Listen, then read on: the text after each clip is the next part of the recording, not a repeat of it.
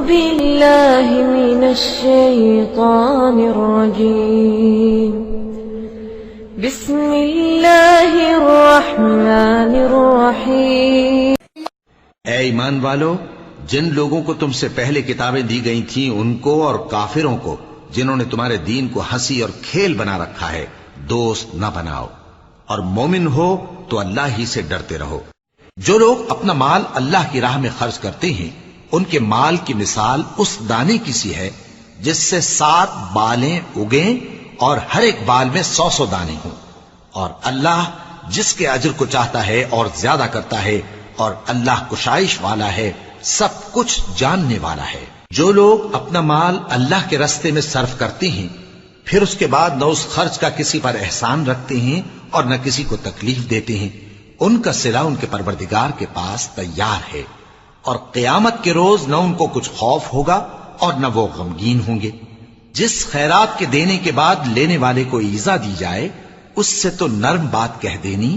اور درگزر کرنا بہتر ہے، اور اللہ بے نیاز ہے، بردبار ہے۔ مومنوں، ان لوگوں جیسے نہ ہونا جو کفر کرتے ہیں اور ان کے مسلمان بھائی جب اللہ کی راہ میں سفر کریں اور مر جائیں یا جہاد کو نکلے اور مارے جائیں تو ان کی نسبت کہتے ہیں کہ اگر وہ ہمارے پاس رہتے تو نہ مرتے اور نہ مارے جاتے، یہ اس لیے کہ اللہ ان لوگوں کے دلوں میں افسوس پیدا کر دے، اور زندگی اور موت تو اللہ ہی دیتا ہے، اور اللہ تمہارے سب کاموں کو دیکھ رہا ہے۔ ربنا آتنا في الدنيا حسنة وفي الآخرة حسنة وقنا عذاب النار۔ اور بعض لوگ ایسے ہیں جو غیر اللہ کو اللہ کا شریک بناتے اور ان سے اللہ کی سی محبت کرتے ہیں،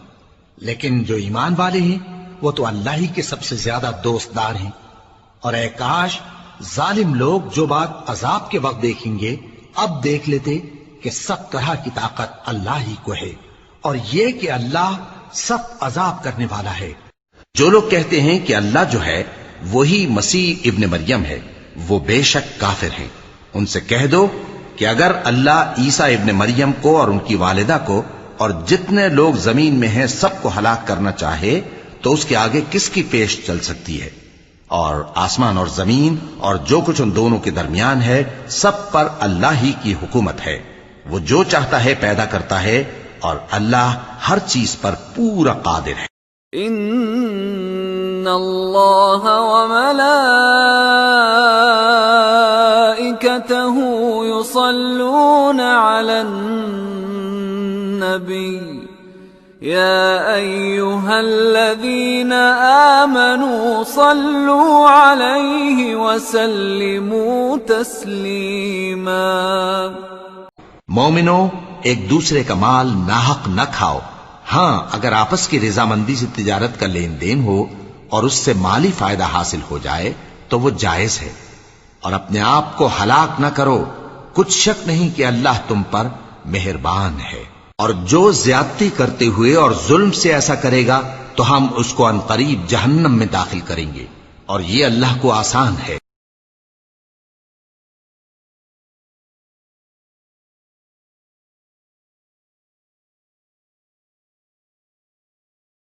اے آل یعقوب، میرے وہ احسان یاد کرو جو میں نے تم پر کیے تھے، اور اس اقرار کو پورا کرو جو تم نے مجھ سے کیا تھا۔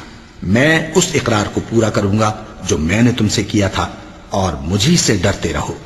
اور جو کتاب میں نے اپنے رسول محمد صلی اللہ علیہ وآلہ وسلم پر نازل کی ہے، جو تمہاری کتاب یعنی تورات کو سچا کہتی ہے، اس پر ایمان لاؤ اور اس سے منکر اول نہ بنو، اور میری آیتوں میں تحریف کر کے ان کے بدلے تھوڑی سی قیمت یعنی دنیاوی منفعت نہ حاصل کرو، اور مجھی سے خوف رکھو۔ جو لوگ اللہ اور اس کے رسول سے لڑائی کریں اور ملک میں فساد کرنے کو دوڑتے پھریں، ان کی یہی سزا ہے کہ بری طرح قتل کر دیے جائیں یا سولی چڑھا دیے جائیں، یا ان کے ایک ایک طرف کے ہاتھ اور ایک ایک طرف کے پاؤں کاٹ دیے جائیں، یا ملک سے غائب کر دیے جائیں۔ یہ تو دنیا میں ان کی رسوائی ہے، اور آخرت میں ان کے لیے بڑا بھاری عذاب تیار ہے۔ سلام اس پر کہ جس نے بے کسوں کی دستگیری کی، سلام اس پر کہ جس حضرت ابو ہریرہ رضی اللہ تعالی عنہ سے روایت ہے، رسول اللہ صلی اللہ علیہ وسلم نے فرمایا، جس شخص نے اچھے طریقے سے وضو کیا پھر جمعہ پڑھنے آیا اور نہایت توجہ اور خاموشی سے خطبہ سنا تو اس کے گزشتہ اور اس جمعے کے دوران کے گناہ معاف کر دیے جاتے ہیں، بلکہ مزید 3 دن کے بھی۔ اور جب ہم نے تم سے عہد کر لیا اور کوہ طور کو تم پر اٹھا کھڑا کیا اور حکم دیا کہ جو کتاب ہم نے تم کو دی ہے اس کو زور سے پکڑے رہو اور جو اس میں لکھا ہے اسے یاد رکھو تاکہ عذاب سے محفوظ رہو، پھر تم اس کے بعد عہد سے پھر گئے، سو اگر تم پر اللہ کا فضل اور اس کی مہربانی نہ ہوتی تو تم خسارے میں پڑ گئے ہوتے۔ مومنو، جب تم نماز پڑھنے کا قصد کیا کرو تو اپنے منہ اور کوہنیوں تک ہاتھ دھو لیا کرو اور سر کا مسح کر لیا کرو اور ٹخنوں تک پاؤں دھو لیا کرو، اور اگر جنابت کی حالت میں ہو تو نہا کر پاک ہو جایا کرو، اور اگر بیمار ہو یا سفر میں ہو یا کوئی تم میں سے بیت الخلا سے ہو کر آیا ہو یا تم نے عورتوں سے مقاربت کی ہو، پھر تمہیں پانی نہ مل سکے تو پاک مٹی لو اور اس سے منہ اور ہاتھوں کا مسح یعنی تیمم کر لو۔ اللہ تم پر کسی طرح کی تنگی نہیں کرنا چاہتا، بلکہ یہ چاہتا ہے کہ تمہیں پاک کرے اور اپنی نعمتیں تم پر پوری کرے تاکہ تم شکر کرو۔ اور ابراہیم کے دین سے کون روگردانی کر سکتا ہے بجز اس کے جو نہایت نادان ہو، اور ہم نے ان کو دنیا میں بھی منتخب کیا تھا اور آخرت میں بھی وہ نیک لوگوں میں ہوں گے۔ جب ان سے ان کے پروردگار نے فرمایا کہ میرے فرمانبردار ہو جاؤ تو انہوں نے عرض کی کہ میں رب العالمین کا فرمانبردار ہو گیا۔ اور ابراہیم نے اپنے بیٹوں کو اسی بات کی وصیت کی، اور یعقوب نے بھی اپنے فرزندوں سے یہی کہا کہ اے میرے بیٹو، اللہ نے تمہارے لیے یہی دین پسند فرمایا ہے، تو مرنا تو مسلمان ہی مرنا۔ اللہ اللہ اللہ اللہ۔ رسول اللہ صلی اللہ علیہ وسلم نے فرمایا،